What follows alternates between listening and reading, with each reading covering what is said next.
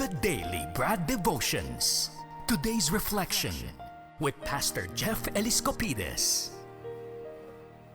Good morning, Pastor Jeff. Good morning Uy, po. aga. Nasa office na siya, Ruth. Good morning. Si Ruth pala kasama natin. Good morning, Yes Ruth. po. Good morning, Pastor. Good morning, Pastor Bye-bye. Jeff. Morning. We're so ready for you. Ano magandang balitang hatid mo sa amin ngayong Tuesday?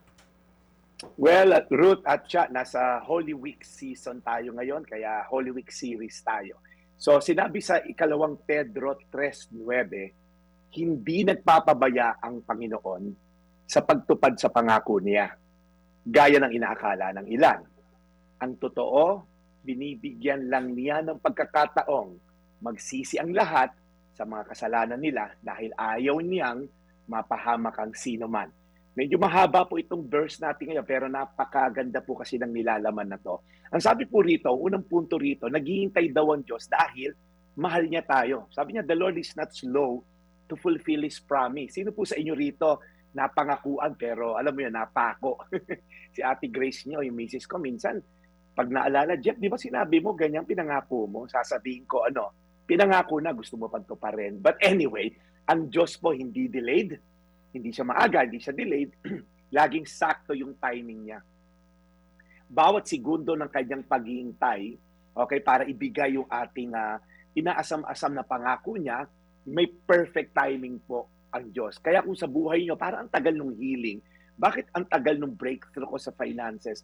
Bakit sa kabila ng lahat na ginagawa kong righteous living? Bakit parang ang tagal ni Lord sagutin ang aking mga dasal? Huwag kang mainip.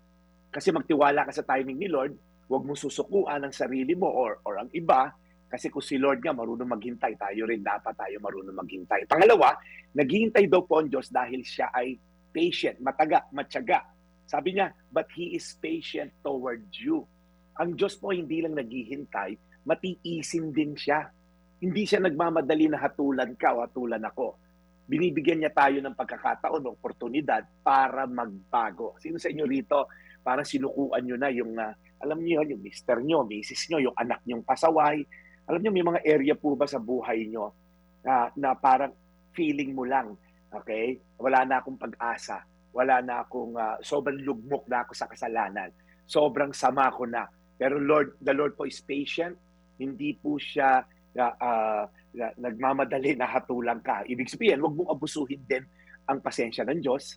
Kung may paulit-ulit kang kasalanan, this is the time, lalo na ngayong season na to confront it and surrender it to God. I-acknowledge mo lang, Lord, hindi ko kaya to, isusuko ko sa iyo. So magpasalamat ka sa bawat araw. At pangatlo, as I end, naghihintay ang Diyos dahil gusto kanyang magsisi. Dahil po kung hindi tayo magsisisi sa mga kasalanan ating ginawa, sabi po sa Biblia, ang kabayaran ng kasalanan ay walang hanggang kamatayan. For the wages of sin is death. At ngayon po, habang tayo maraming tradisyon na gagawin pag Holy Week, nawa po ay yung heart behind the tradition. Mag-iikot ka sa maraming simbahan, sana naman yung puso mo ay tama. Hindi lang gawin to mga panata na to, magpa-fasting ka, hindi ka kakain ng baboy, pero the heart behind the tradition na mas mahalaga. Nagpatawad ka ba sa nanay mo? Right? In-overcome mo na ba yung greed at impatience mo, yung anger issue mo, yung pagmumura mo, yung mga lustful thoughts mo towards opposite sex. Yan po mga bagay na yan ang mas tinitingnan ng Diyos sa puso natin. Kasi po, panglayunin ng Diyos, pinadala niya ang anak niya upang tubusin ikaw at ako sa ating mga kasalanan. Dahil kung hindi tayo tinubos ng Diyos, sa impyerno po ang tuloy natin. Kaya ngayong Holy Week, huwag lang tayo magtradisyon. Magtanong tayo, Lord, ano yung mga bagay na gusto mong baguhin sa akin? Ano yung mga nasa puso ko na dapat tanggalin dahil ikamamatay ko spiritually or some of you, relationally at physically? May mga relasyon ka ba na kailangan mong putulin? May mga relasyon ka ba na dapat mo i-pursue? Kaya God is calling us to repentance dahil kung hindi po tayo magre-repent sa ating mga kasalanan, naghihintay po sa atin ay eternal death.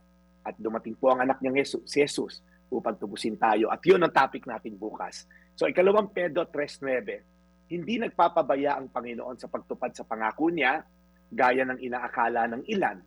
Ang totoo, binibigyan lang niya ng pagkakataong magsisi ang lahat sa mga kasalanan nila dahil ayaw niyang mapahamak ang sino man. Tayo po'y manalangin. Panginoon, salamat po sa inyong patience.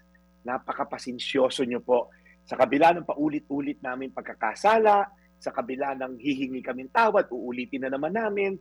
Pero Lord, ikaw ay Diyos na mapagpatawad. Hindi ka namin pwedeng abusuhin.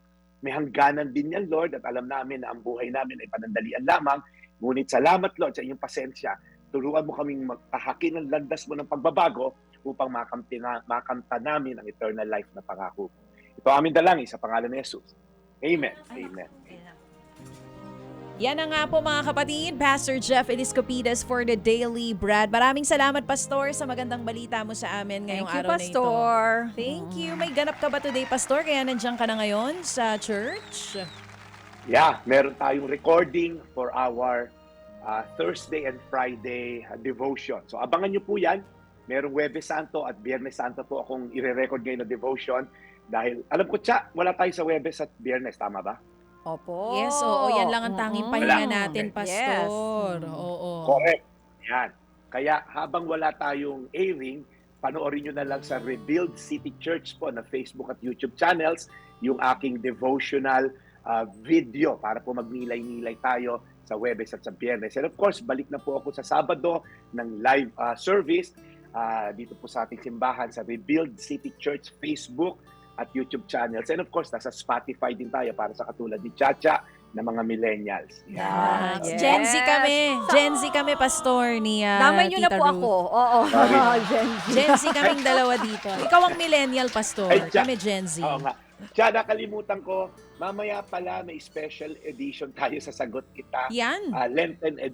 Lenten season edition. So mamaya, nandyan din ako sa upuan mo, alas 4. So special Lenten, natin yan, presentation. So Sagot Kita po, 4 o'clock to 5 o'clock. Si kapatid na Cheryl, kasama natin para sa Sagot Kita, 4 to 5 p.m. po yan mamaya. Yun. Maraming salamat, Pastor. Aabangan nila yan panigurado. Thank Thank you. you,